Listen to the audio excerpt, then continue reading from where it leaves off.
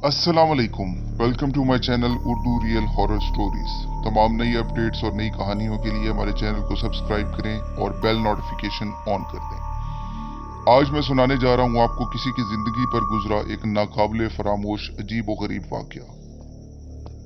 ये मेरे दोस्त का वाकया है जो मैं इसी की जबानी आपको सुनाने लगा हूँ। इसने बताया कि जब बारिश होती तो मैं अक्सर अपने बिस्तर उठाकर छत पर सोने चला जाता था, क्योंकि इसमें सोने का मजा ही कुछ और था, और वो भी गर्मियों की रात। ये गर्मियों की रात थी। सब घर वाले छत पर सो रहे थे। अचानक रात को बारिश होने लगी तो सारे अपनी चादरें तकिया संभाले नीचे भागे। मेरी आदत थी कि मैं नीचे की चटाई अपने ऊपर डालकर सोता रहता, और जब तक बारिश जोर ना पकड़ लेती मैं वहां से नहीं हिलता था, क्योंकि उसमें मुझे सोना बहुत अच्छा लगता था। इस रात भी सारे घर वाले नीचे चले गए और मैं अकेला चटाई डाले सोता रहा। मैं उस वक्त गनूदगी में था कि अचानक मुझे दो बिल्लियों की जोर से लड़ने की आवाजें आई। लड़ते हुए इनकी आवाजें बहुत बुरी लग रही थी। वो लड़ते हुए छत की चार दीवारी पर दौड़ रही थी, और इतनी भयानक आवाजें थी कि लग रहा था मेरा जिगर फट जाएगा। इन सब आवाजों के सुनते ही मेरे सर में दर्द होने लग गया। इनकी रोने की आवाजें सुनकर मैं बहुत बेचैन हो गया और मैं जाग गया। पहले सोचा कोई जूता उठाकर इनको भगा दूं, फिर सोचा कि मैं अंधेरे में जूता कहां ढूंढूंगा। थोड़ी देर बाद खुद ही लड़कर थक जाएंगी तो चली जाएंगी। अचानक फिर खामोशी हो गई। मैं दोबारा गनूदगी में चला गया। तभी एक बिल्ली की जोरदार चीख मेरी चारपाई के नीचे से आई और मैं उछल पड़ा। मैंने चारपाई के नीचे झांका मगर वहां कुछ न था। इधर उधर नजरें दौड़ाई मगर वहां कुछ भी नहीं था। मैंने सोचा कि शायद मेरे उठते ही इसने साथ वाले घर में छलांग मार दी होगी। मैंने जूते अपने पास रखा और अब अगर आए तो मैं इसको नहीं छोड़ूंगा। मैं दोबारा लेट गया और खुद को पुरसकून करते करते थोड़ी देर बाद दोबारा नींद में चला गया।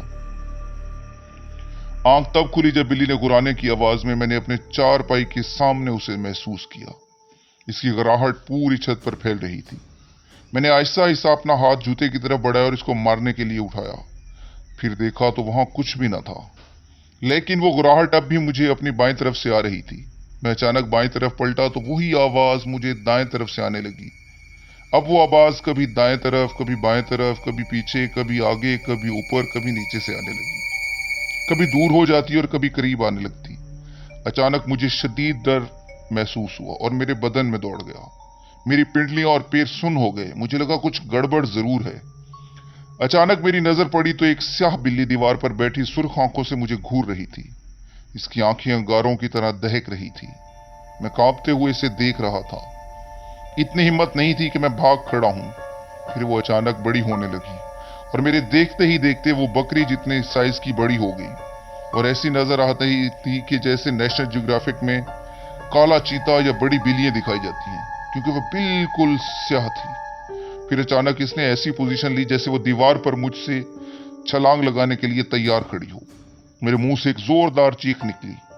मैं एक ही छलांग में नीचे उतरा, नीचे सीढ़ियों की तरफ भाग गया। मेरी चीख इतनी बुलंद थी कि मेरी अम्मी, अबू और बड़ा भाई सहन में आ गए, और मैं सीढ़ियों से नीचे आते ही गिरकर बेहोश हो गया। मगर परेशानियां यहां खत्म नहीं हुई। कुछ दिनों तक मुझे डरावने ख्वाब आते रहे। मुझे वही बिल्ली नजर आती जो कभी मेरे नरखरे पर दांत गाड़े हुए है, कभी वो मेरा खून चाट रही है। मैं नींद में चीखने लगता। फिर मुझे ख्वाब में भूत दिखाई देते। किसी का सर नहीं होता, किसी का गोश्त लटक रहा होता, आंखों की जगह काले सुराख होते, बाजू कटे हुए होते। मैं बहुत बीमार रहने लगा, कमजोर होता गया। डर के मारे मैं घर से बाहर नहीं निकलता। फिर मौलवी साहब दम करने आते, मुझे पानी पिलाया जाता। मेरी वालदा हर वक्त मुझ पर सूरह यासीन पर फूंकती। अफाका होता मगर फिर वही हालत हो जाती। बैठे बैठे चीखें मारकर बेहोश हो जाता। एक रोज मैं बैठा पढ़ रहा था कि किसी काम से कमरे में अपनी अम्मी के पास गया। मुझे एकदम डर सा लगा। मैं अपनी अम्मी के पास गया वो मुझ पर ताकि कुछ फूंक कर पढ़ दें। मेरी अम्मी मेरी तरफ पीठ करके अलमारी खोले कपड़े तय कर रही थी। मैंने अम्मी को पुकारा मगर उन्होंने मुझे जवाब नहीं दिया।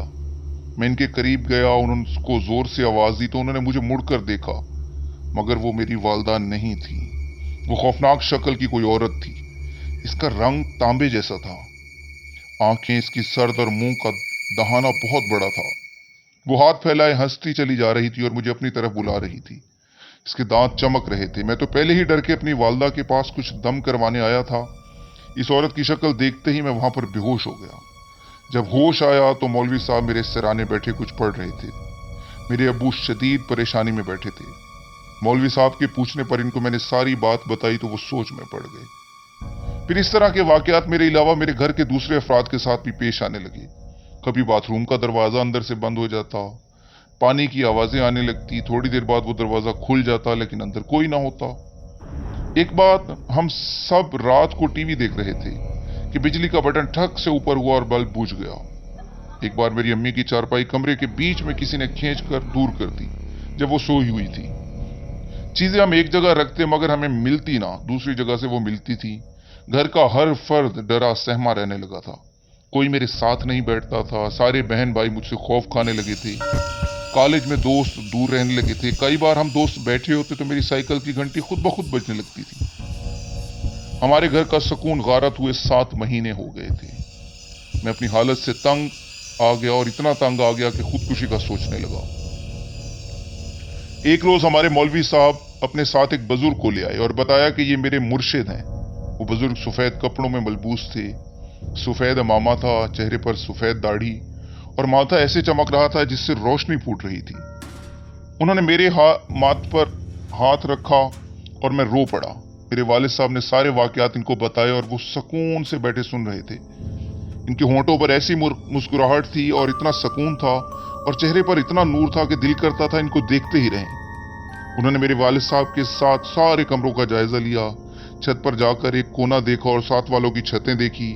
हमारे घर में मोहल्ले की औरतों का रश लग गया जो इनको पानी दम करवाने आ गई थी। वो मेरे करीब आ गए, बैठ गए। उन्होंने अपने दाएं हाथ का अंगूठा मेरे माथे के दरमियान में रखा और अपनी आंखें बंद करके कुछ पढ़ने लगे। मुझे ऐसा लगा जैसे कोई मेरी खाल को खींच रहा हो। मेरी चीखें नहीं रुक रही थी। मैं इनका अंगूठा अपने माथे से हटाना चाहता था मगर हाथ नहीं हिला सकता था। मेरा भाई मुझे बताता है कि वो 1 घंटे से ज्यादा कुछ पढ़ते रहे और तुम्हारी दिल खराश चीखें सुनना हमारे बस से बाहर था। आहिस्ता आहिस्ता मैं पुरसकून होता चला गया। आंखें खोली तो वो मुझे देख रहे थे। उनके चेहरे पर मुस्कुराहट थी। उन्होंने पानी मंगवाकर दम किया। कमरे के हर कोने में पानी छिड़का गया और 2 घूंट पानी मुझे पिला दिया गया। वो 2 घूंट पानी ऐसे जैसे कोई आबे हयात था कि पीते ही मेरे सर से 7 महीने का चढ़ा हुआ बोझ उतर गया। मेरे कंधे हल्के हो गए, मेरे जिस्म में सुकून दौड़ने लगा। मेरी बुझी आंखें रोशन हो गई। मैं उठ गया और इनकी हथेली पर सर रखकर रोने लगा। वो मेरे सर पर हाथ फेरने लगे। उन्होंने सब घर वालों को कहा कि नमाज अपने वक्त पर पढ़ना और हराम, झूठ, गीबत से बचना और हर रोज 4 कुल पढ़कर अपने हाथों पर फूंक कर पूरे जिस्म पर फेर लिया करो। कोई बला इंशाअल्लाह करीब नहीं आएगी और जो आई थी वो मैं बांध कर अपने साथ लिए जा रहा हूं। अल्लाह इस घर की हिफाजत करे। दोस्तों, इस वाकये को तकरीबन 2 साल बीत चुके हैं और अल्लाह का शुक्र है कि फिर ऐसा वाकया पेश नहीं आया। अब भी मैं रोज 4 कुल 3 बार पढ़कर हाथों पर दम कर अपने पूरे जिस्म पर फेर लेता हूँ और अल्हम्दुलिल्लाह उसके बाद हमारे घर में आज तक सुकून रहा है। दोस्तों, अगर आपको हमारी कहानी पसंद आई हो तो इसको लाइक करें, शेयर करें, कमेंट करें और बेल नोटिफिकेशन ऑन कर दें। Thank you.